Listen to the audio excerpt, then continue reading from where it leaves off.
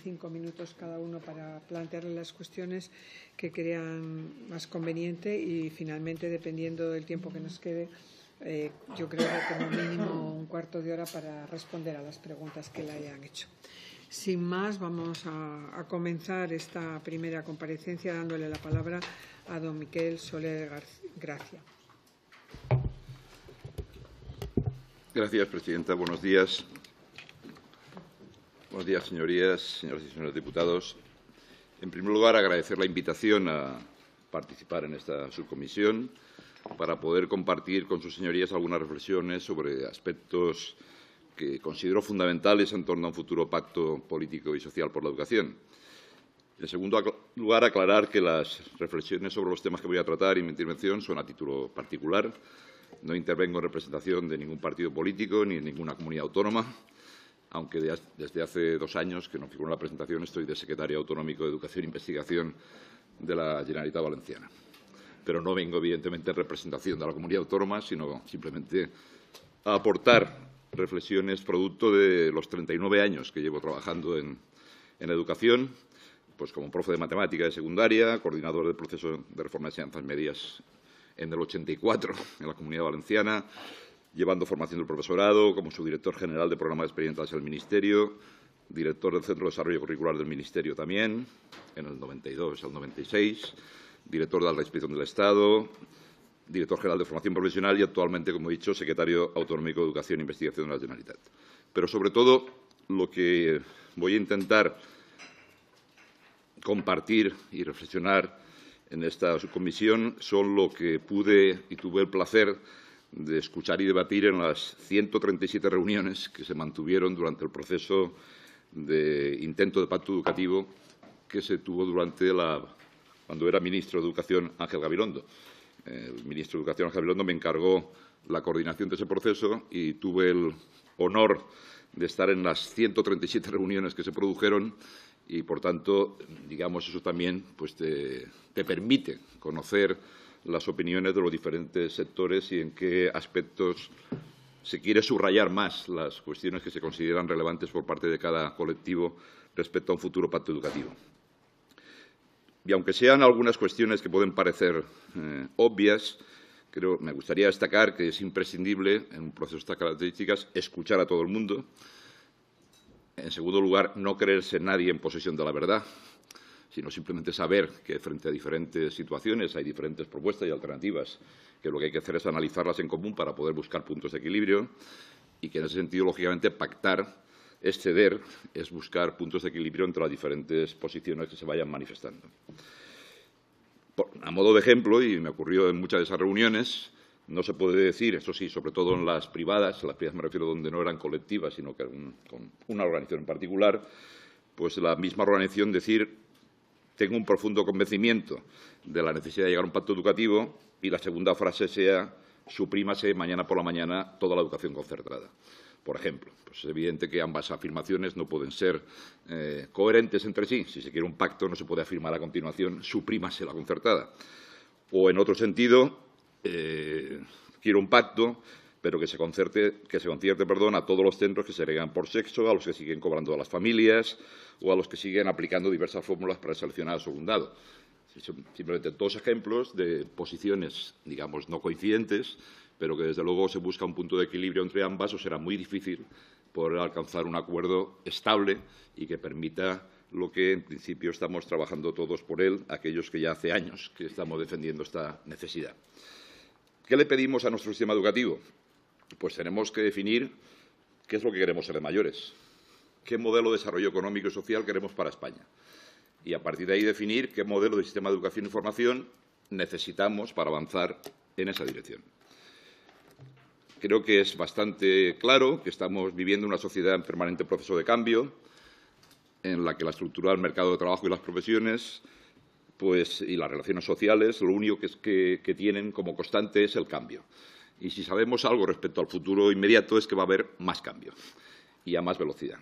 Y eso, lógicamente, lo tenemos que analizar en todas las etapas formativas, porque sabemos también que, a partir de ese tipo de consideraciones, la formación y el aprendizaje a lo largo de la vida ya no es una opción, es una necesidad.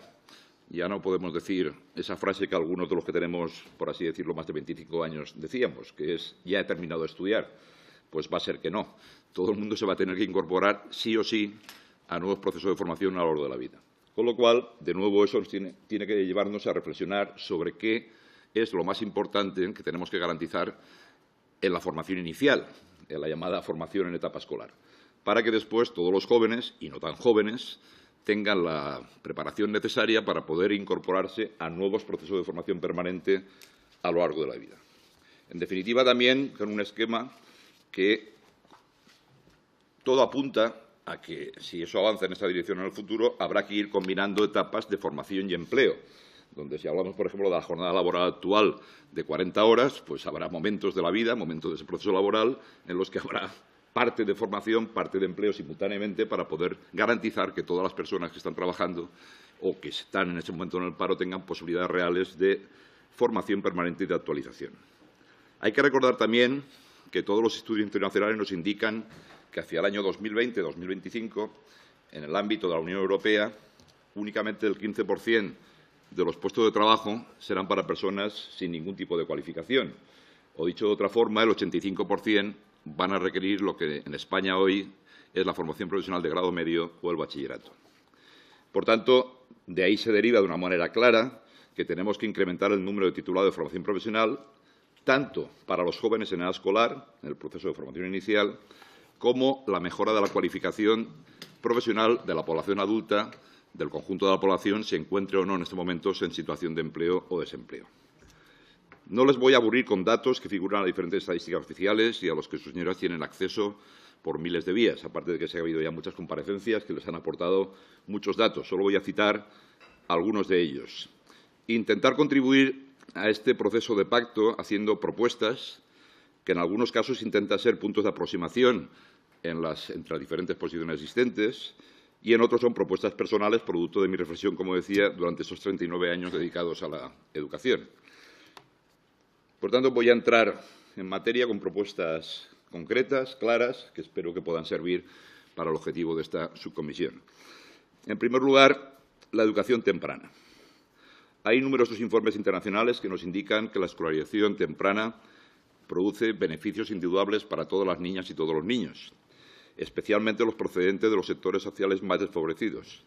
Hay uno de Eurídice, justo del año 2015, bastante reciente, en el que se destaca esto como un elemento fundamental.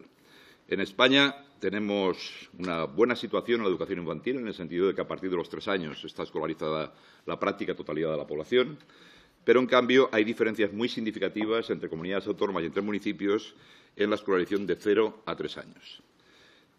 Por tanto, considero que no es razonable saber que la educación infantil de 0 a 3 es una etapa fundamental para compensar las desigualdades de origen, que tiene efectos muy positivos en todos los niños y niñas en los aprendizajes fundamentales futuros, como indican todos los informes internacionales, y que luego matricular a tu hijo o a tu hija en esta etapa educativa sea más caro que cursar un máster universitario.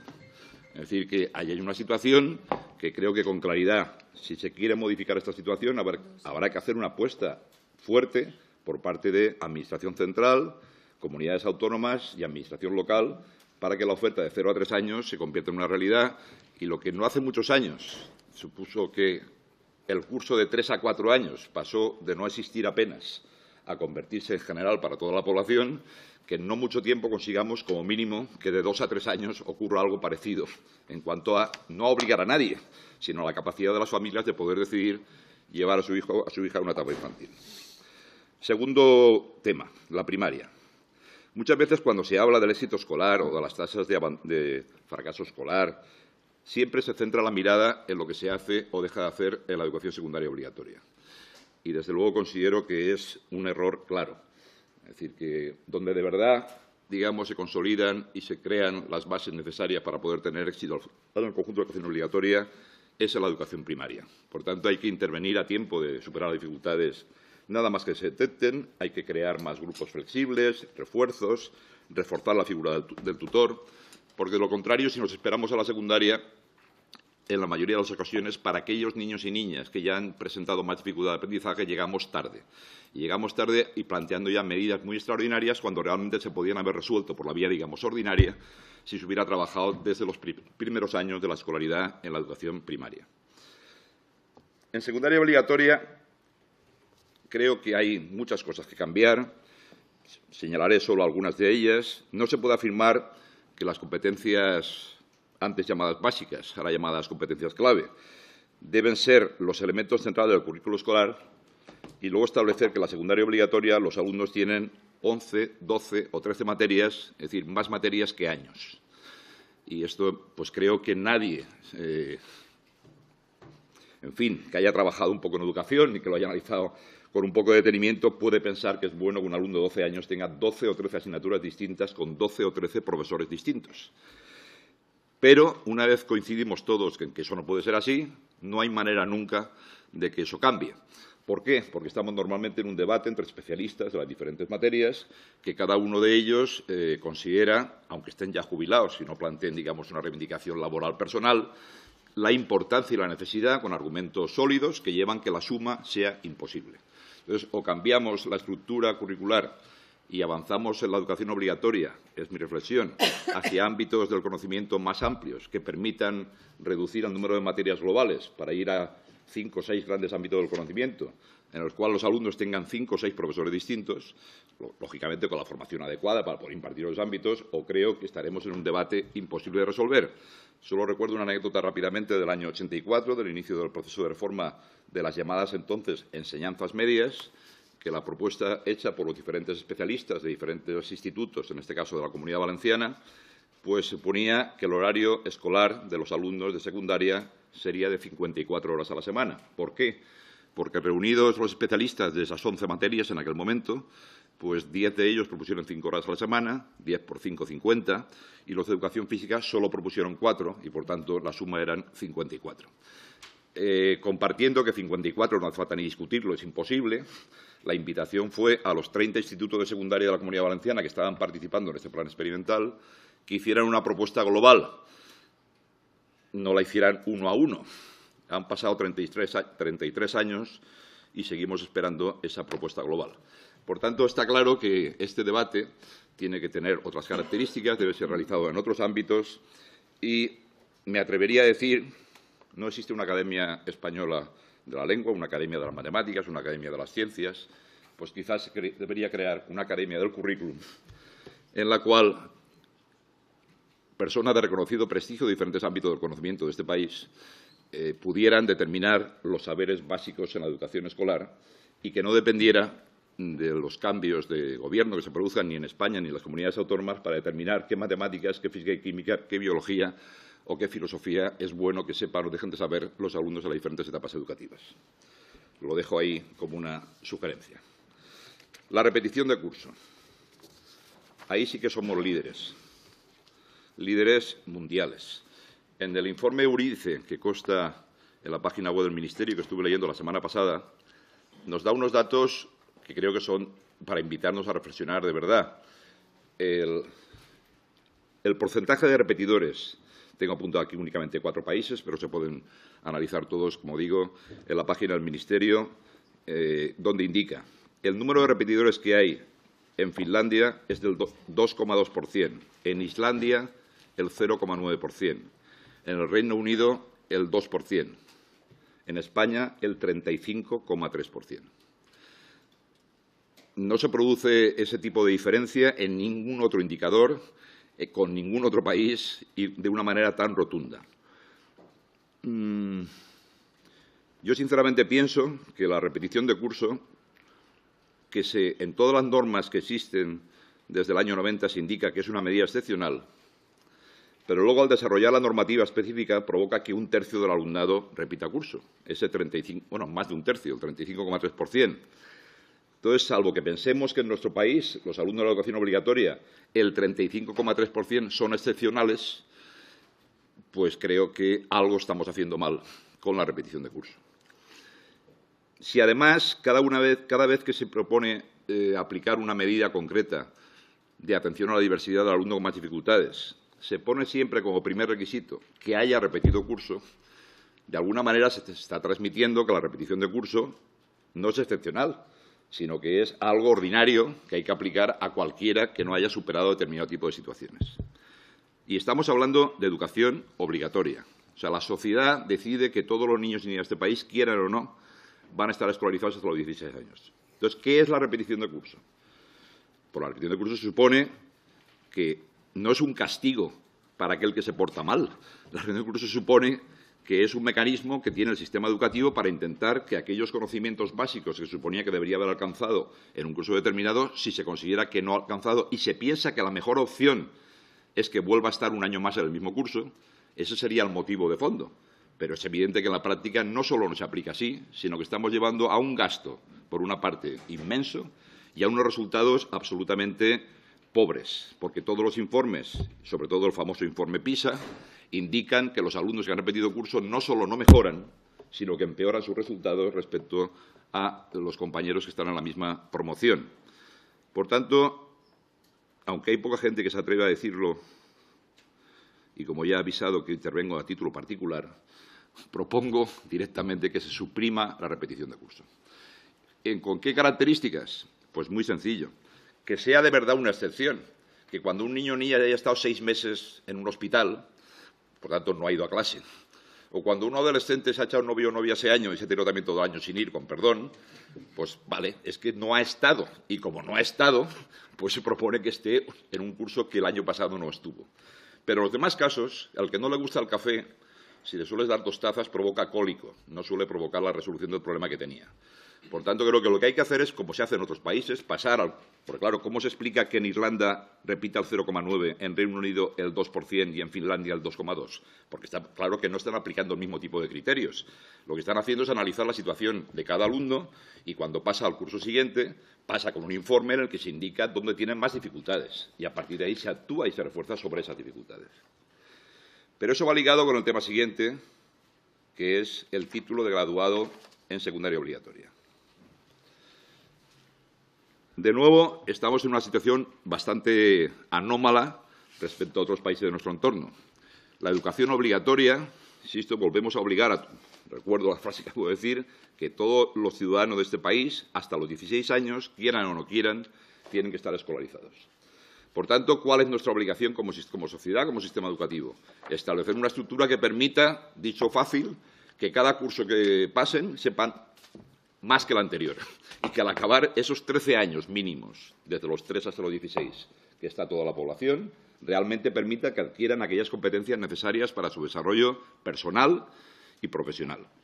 Por tanto, ¿qué sentido tiene decir quién titula y quién no titula, cuando al mismo tiempo estamos diciendo que el 85% de la población, quiera o no quiera, va a tener que continuar formándose para alcanzar como mínimo una formación profesional de grado medio bachillerato en nuestro país?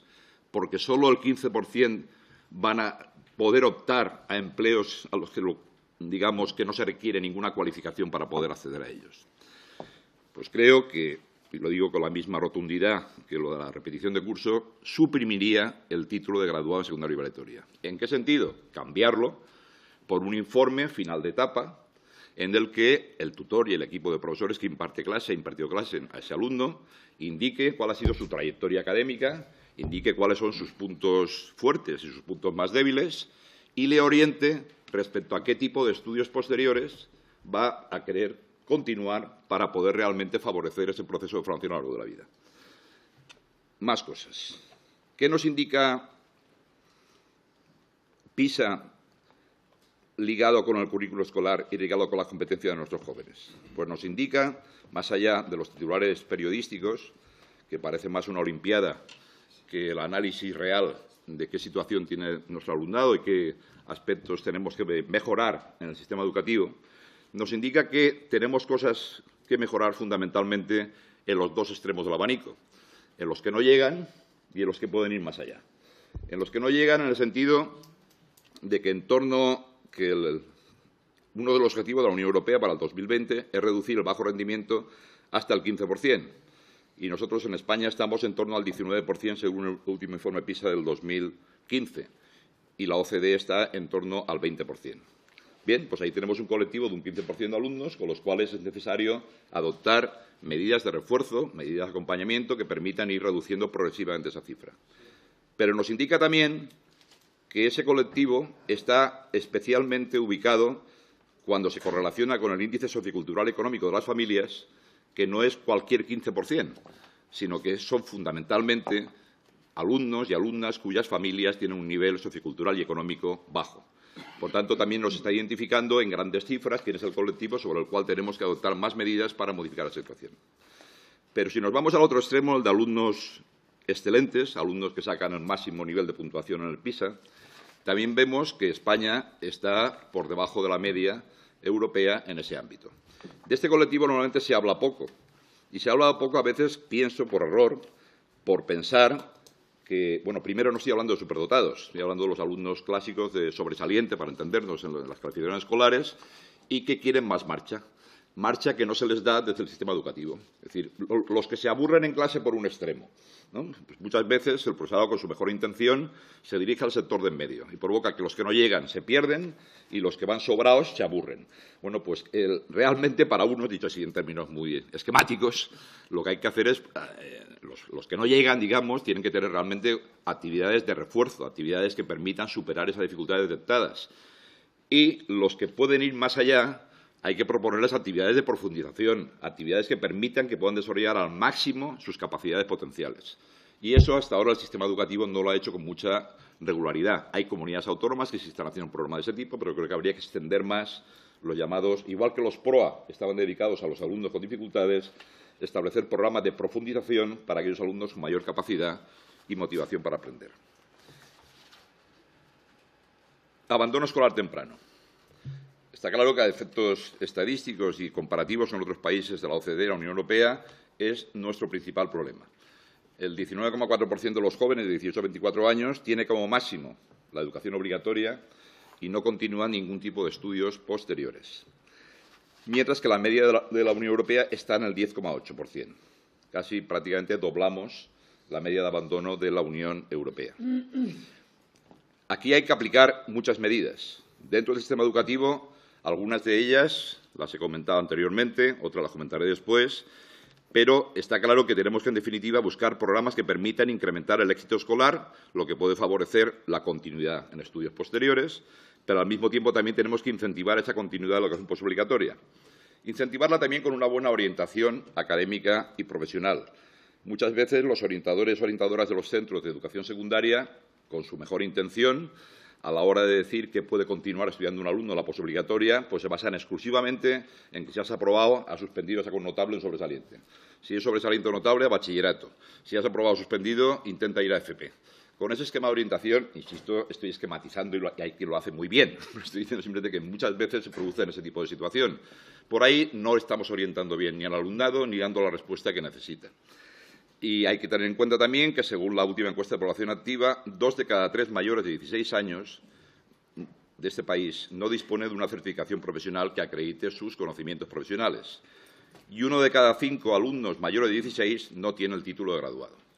Por tanto, para poder abordar esos datos, además, insisto, de lo que hay que hacer dentro del sistema educativo, por el tiempo voy a simplificar ese tema, haré una reflexión respecto a lo que hay que hacer también fuera.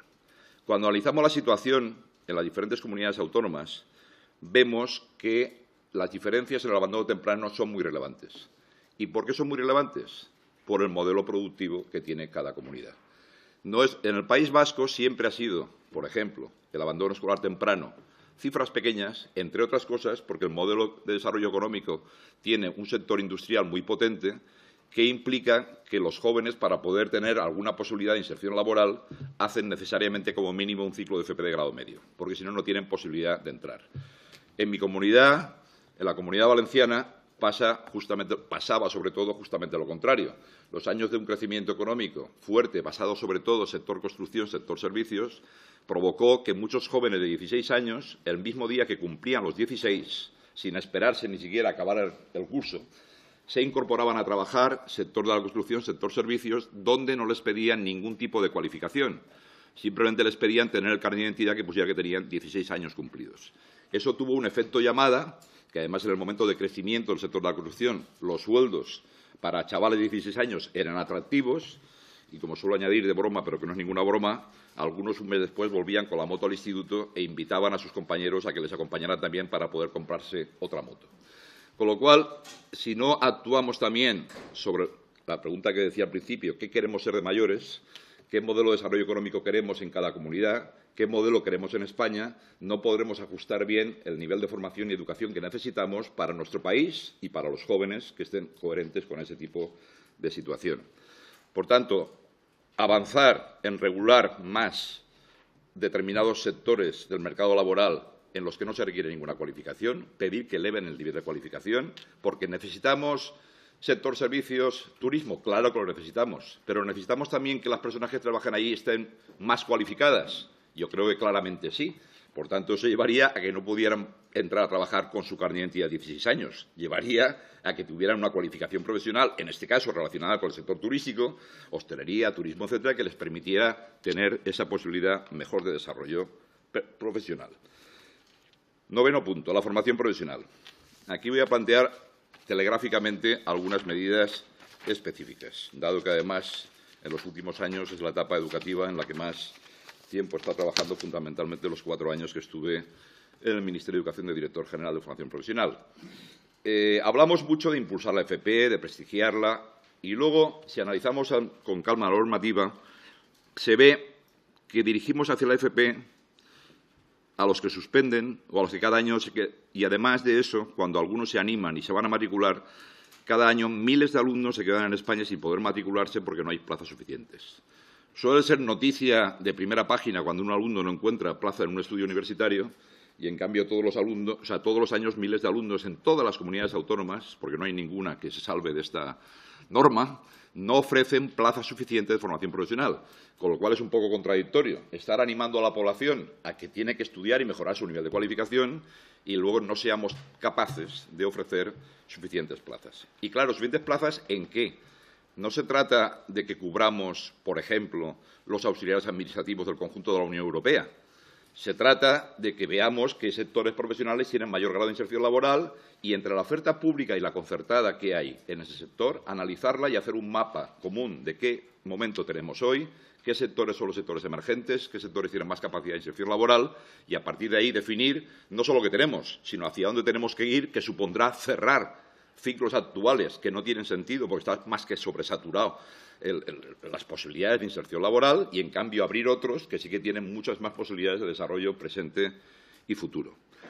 Por tanto, diría en plan esquemático, nuevo mapa de la FP educativa, pero también de la mal llamada formación profesional para el empleo.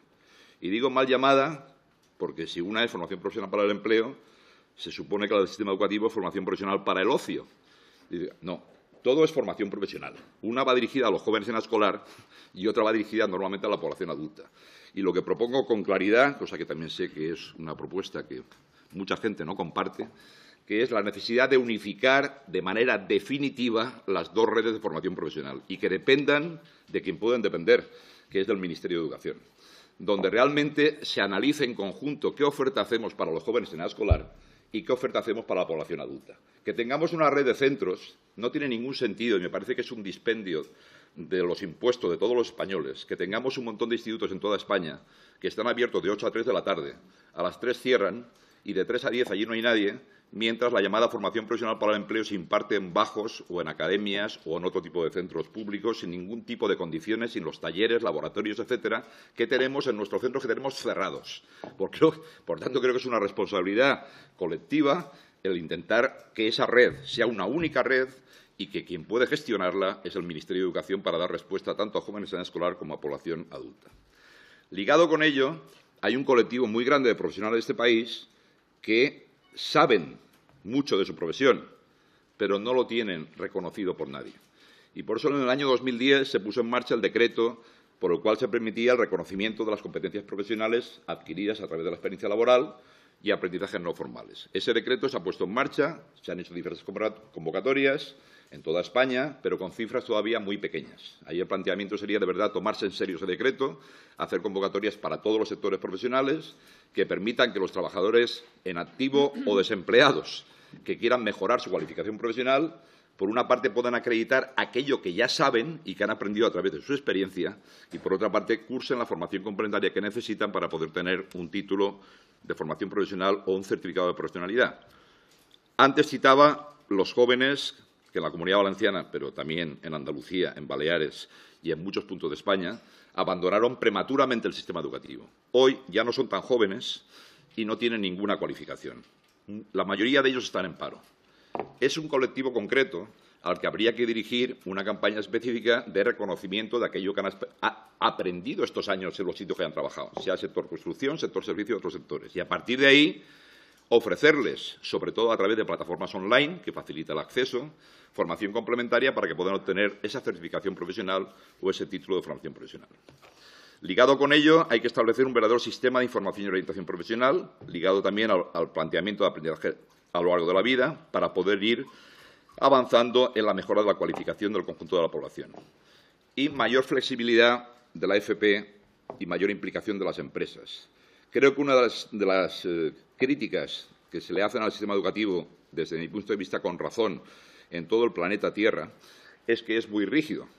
Pero si eso es malo en general, en FP es peor todavía. Empeñarse en que todos los ciclos tengan antes 1.400 horas, ahora todos 2.000 horas. Creo que es una barbaridad.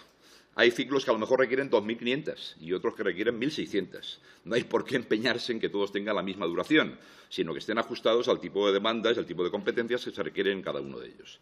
Lo mismo que la formación en el centro de trabajo. No son las prácticas ya. Es que es el reconocimiento de que hay una parte de esas competencias que no se pueden adquirir en un aula, que hay que adquirirla trabajando en una empresa del sector correspondiente. Con lo cual, hace falta una mayor implicación de las empresas, el papel de la llamada formación profesional dual, pero extendido a nivel general en aquellos sitios que se pueda hacer. Porque en España, en estos momentos, hay comunidades autónomas que tienen más empresas el FP dual que alumnos cursando el FP dual, porque sale a 1,2 alumnos por empresa. Ese no es el modelo al que creemos que hay que avanzar, sino realmente mayor implicación de las empresas y sectores de formación, pero con un modelo más flexible que responda mejor a las necesidades de unos y de otros. Y, por último, en este ámbito, hay que favorecer una mayor correlación y relación conjunta de trabajo entre el centro de formación profesional y las pymes. ¿Por qué las pymes? Las grandes empresas normalmente tienen su propio centro de investigación o convenian con las universidades y se desarrollan proyectos adaptados a esas grandes empresas. Las pymes no tienen nadie a quien dirigirse, ni tienen una universidad porque la universidad los ve demasiado pequeños en el sentido del tipo de inversión que hay que hacer como para desarrollar un proyecto, ni tienen otras posibilidades. Pues hubo una experiencia que duró un año, que fue el año 2011, de una convocatoria de proyectos de innovación aplicada para realizar entre centros de FP y empresas. Si no recuerdo mal, se seleccionaron más de 2.000 centros y en torno a 12.000 empresas de toda España. Creo que esa es no digo que esa sea la única forma, sería una vía de facilitar que centros de formación profesional y empresas de su sector, sobre todo pymes, puedan hacer proyectos de innovación aplicada que realmente respondan a las necesidades de esas pequeñas y medianas empresas. Para ir concluyendo, una propuesta, también sé que polémica, respecto a la estructura final de la educación obligatoria, el bachillerato y la formación profesional. Que este país decidió desde el año 90 que la educación fuera obligatoria hasta los 16 años está asentado, está generalizado y creo que ha sido globalmente, además de las pegas que cada uno pueda tener al proceso, pues bueno, un avance social importante para elevar el nivel cultural y formativo de este país. Pero creo que no es necesario 27 años después de aquello, pues aquello fue el año 90, que pensemos que la única forma de seguir avanzando en mejorar el nivel de formación de la población es que la estructura sea tal cual es. Y, por tanto, me voy a atrever a hacer una propuesta de estructura distinta en el final de la educación obligatoria y el bachillerato y la formación profesional. Yo diría, si por una parte señalaba al principio que de 0 a 3 años tenemos que ir avanzando en una escolaridad progresiva voluntaria, y, sobre todo, a partir de los 2, que es donde hay más demanda, por una parte, y donde además está más demostrado que tiene más incidencia en la socialización, tanto la socialización como los aprendizajes posteriores de los niños y de las niñas. Eso por abajo. Y al llegar al final de la educación obligatoria, diría, de 3 a 15 años, que se produzca una formación general y común para todo el alumnado, la actual educación infantil, la primaria y 3 años de educación secundaria obligatoria. Y a partir de los 15 años que se produzca ese consejo orientador al que hacía referencia antes. De manera que todos tienen que obligatoriamente, con la propuesta que estoy presentando, todos tienen obligatoriamente que continuar como mínimo hasta los 16. ¿Cómo? Si estamos hablando de que a los 15 años han recibido un informe orientador en el que se indica cuáles son sus mejores opciones de continuidad futura, pues plantear que unos pueden hacer, para entendernos sin buscar otros nombres, lo que hoy llamamos la formación profesional básica. Es decir, un curso terminal que permita terminal en ese momento, que permita su inserción inmediata en el mercado laboral, por tanto, a los 16, al haber finalizado ese curso. Otros que se matriculen en un bachillerato de 3 años de duración, desde los 15 hasta los 18, donde los 2 primeros sean de formación más general y el tercero con formación más orientada hacia grandes ámbitos de conocimiento universitarios. Y un tercer bloque, lógicamente, los que vayan a cursar formación profesional de grado medio.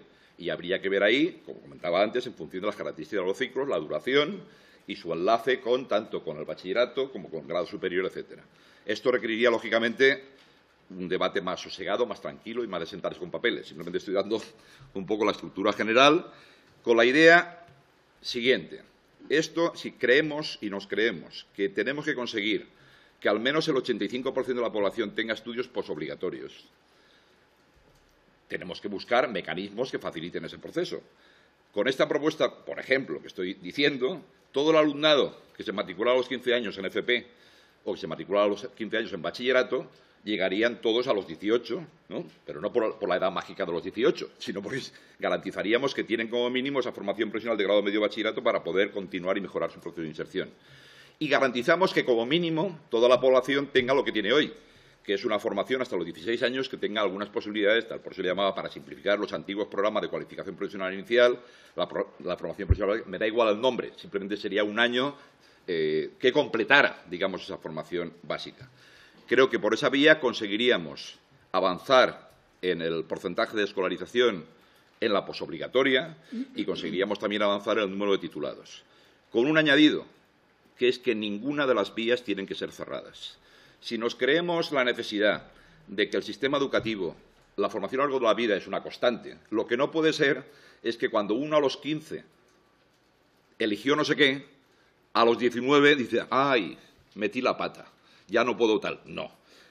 Tiene que haber necesariamente siempre pasarelas entre todos los niveles educativos que permitan que alguien que hizo en su momento una vía determinada pueda pasarse con determinadas condiciones, demostrando que ha estudiado tal cosa, tal otra, o preparándose a ese momento a otra, y no crear estructuras que impidan tal. Eso lo hemos vivido en el sistema educativo, podría poner miles de ejemplos, que no es el caso, en muchas etapas educativas, tanto al hacerse a la universidad como en FP y bachillerato.